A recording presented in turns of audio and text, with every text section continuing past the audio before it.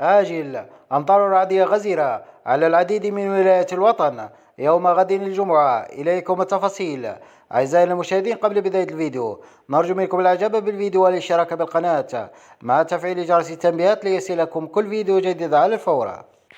إذا حذرت مصالح الأرصاد الجوية الجزائرية اليوم الخميس في نشرية خاصة من تساقط أمطار رعدية غزيرة، كما ستكون مرفوقة بتساقط لحبات البرد على عدة من ولايات الوطن. وحسب مصالح الأرصاد الجوية فإن بداية تساقط الأمطار سيكون يوم غد الجمعة بداية من الساعة 3 صباحا إلى غاية 3 من مساء نفس اليوم.